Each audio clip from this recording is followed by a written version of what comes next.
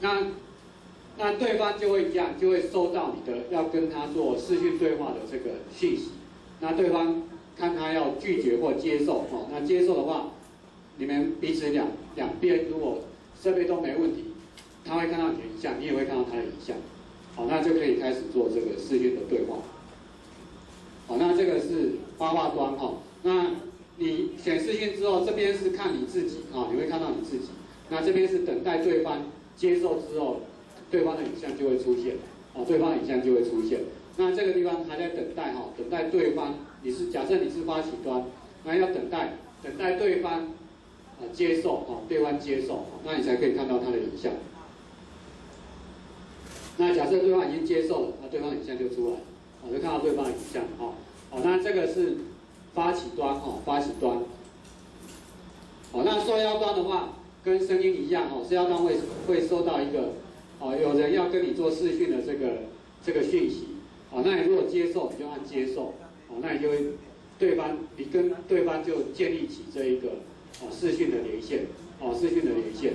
好，那这个是受邀端受邀端。好，那接受之后，这个两边的这个视讯就可以看得到。正常的话，两边就可以互相看到视讯。然后声音也是可以沟通哈，所以可以看到人，又可以讲话。可以看到人又可以讲话，这个叫视讯对话，叫视讯对话。好，然后我们这个视讯打开之后，这边会有两个影像。那这边的话是，下面的话是你自己的，下面的话是你自己的。那上面的话是对方的，上面的话是对方的，平常你一看就会知道了，看到你就知道这个是我的，那个是对方的。那这两个